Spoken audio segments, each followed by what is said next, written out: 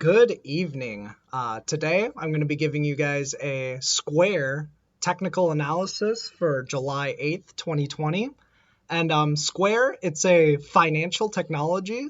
It's a part of the financial technology sector, which means it's also part of the NASDAQ or QQQ if you're into that. So these are the /NQ futures. And did we just make an all-time high?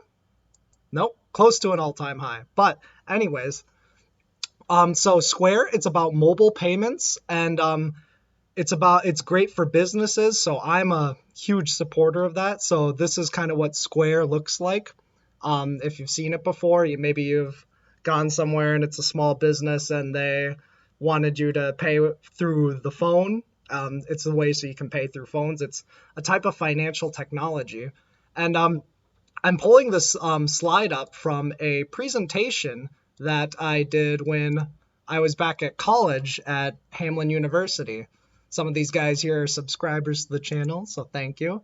But yeah, they helped us out. So financial technology, basically I'm just going to briefly give you an overview of each of these slides. Feel free to pause them and read them if you want. But financial technology, it's growing over the years because it's basically, it's kind of like big data and gathering it together, making payments easier.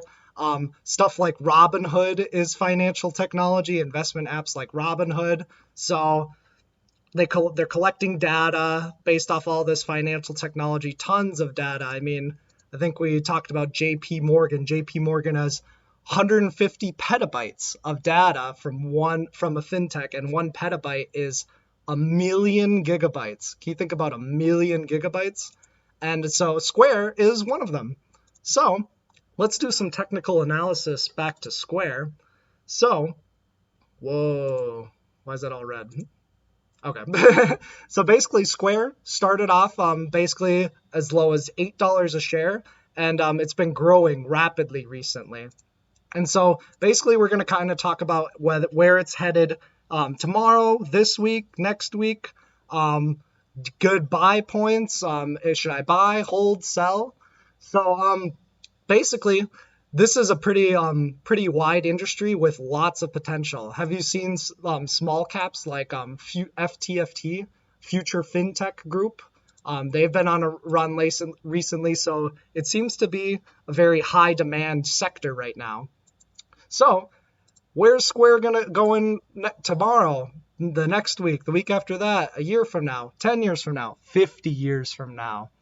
Who knows? But we can get some insights as to the probabilities. But through the daily chart, huge move off of the lows from, this was just months ago. Months ago that Square was at $32 a share. And since then, Square has gone up, about 322%. No big deal. And so it's on a huge run. So is it the best time to buy up here? Is it not? Like, what should we do? So basically, we've been trading this intraday, but in terms of getting in, you need to either buy stocks out at support or you need to buy stocks at break of resistance. So, for example, this was a support here on Square just a week or two ago, and it was resistance earlier. Then we broke through it, so there's a break of resistance the first time through. Then we cooled off, formed a new resistance. Then we've sold off back into support. The ceiling becomes the floor becomes the ceiling. So that's a bounce of support. And yesterday it ran up all day.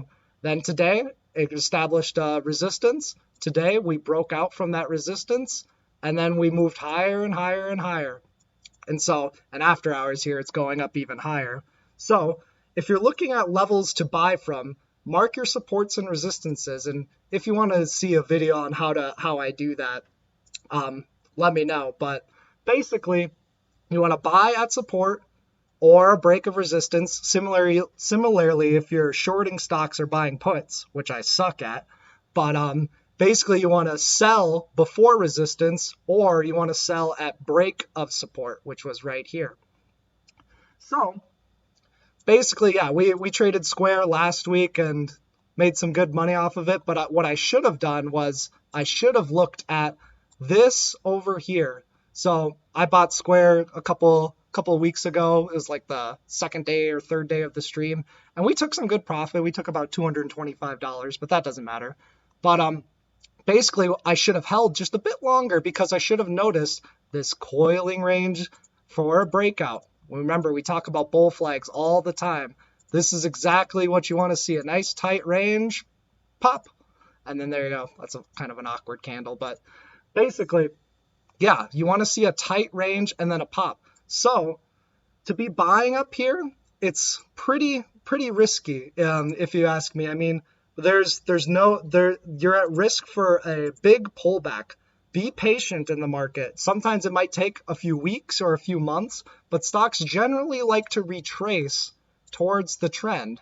And if we look at this on the yearly chart, I'm just scrolling through all the timelines to see what kind of looks the best visual. We had a nice tag of support, uptrend, uptrend, uptrend, tagged it again over here. We're getting a little bit parabolic, and when we start to shoot straight up, generally things can come down pretty fast. So what we'd like to see on Square, if you're looking for a buy point, maybe to invest or something like that, look for a dip buy for support back to its trend. What's looking juicy to me right now is this $120 a share level. If it could consolidate and take a while to come back down to it, we'd be hitting a confluence of support, meaning we have multiple levels converging at once. So $120 a share looks like a good buy to risk off of. And of course, this isn't financial advice. I'm not your financial advisor, so I'm not telling you to do it or anything. But if you're standing on the sidelines and want to see technicals work, see if Square can zigzag back down to support at about $120 a share, give or take a dollar, $1.50. Supports are usually zones. They're not hard cut numbers, although sometimes they can seem like hard cut numbers with the way we trade them. But yeah, demand is extremely high, and smart money seems to be piling in. I mean, they're really piling it in. And smart money doesn't care about today, tomorrow, a year from now. They might care a little bit, but they're thinking long term. They're managing money for lots of clients. They're thinking long term, and people are giving them millions of dollars to put their money in the best places possible. So basically what I'm saying is somebody is telling their mom, somebody's calling up their mom saying, hey, buy Square stock. And I think they're doing the same thing with Tesla. Somebody's calling up their mom saying, hey, buy Tesla. Look at all these bull flag after bull flag, support after support, bull flag after bull flag. Still looks just like a bigger bull flag on the hourly chart for Tesla. Same with Amazon. Somebody and their mother is calling each other saying, hey, buy some Amazon stock. So something's up. I still think it is better to be patient, be patient, wait for a dip buy. Maybe Square goes up to 140 by the end of this week. People like to sell at fat round whole numbers like the 40s, 30s. Look how 130 was resistance, 120 was resistance. So that seems to be the trend with Square. So keep an eye out for those whole numbers. So basically, if you're long right now and you're in it, hold. It's pretty risky to be adding additional risk at these type of prices. But maybe you're an investor and you don't care whether it's 130 or 85. You just want those shares now. So it's all up to you. But be patient. Watch that 120 level.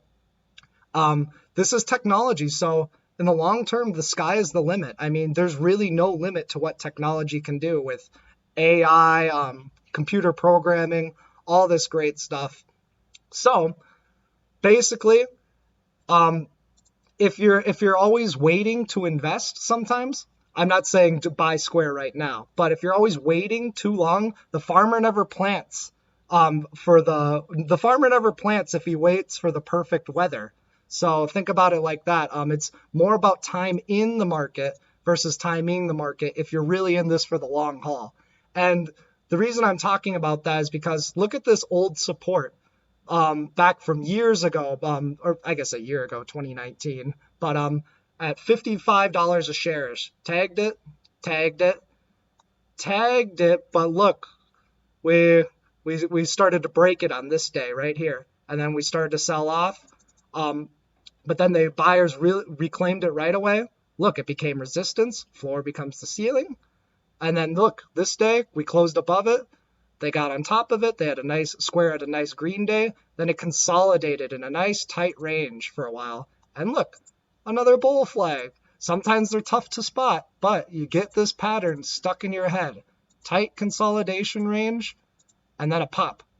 So squares never looked back since. So you had many opportunities to buy it at 55. I didn't, but I'm just saying you theoretically did. And so basically, watch that trend. If Square can do something like that and consolidate towards the trend line, then there will be a confluence of support. So we either want to see Okay. So basically, we either want to see a zigzag up here bouncing between 128-ish and 133-ish, and then pop, because it's getting closer and closer to the trend line. Or you want to see it kind of zigzag down. Maybe it goes in a minor downtrend for a few weeks or something. And then it comes right down to the confluence of support right here at 120, and then pop. If it keeps going up for right now, just enjoy it. Just watch it if you're already long. So let me know if you have any questions, comments. Are you in Square? Are there any other stocks you want me to break down? And yeah, have a great day. See ya.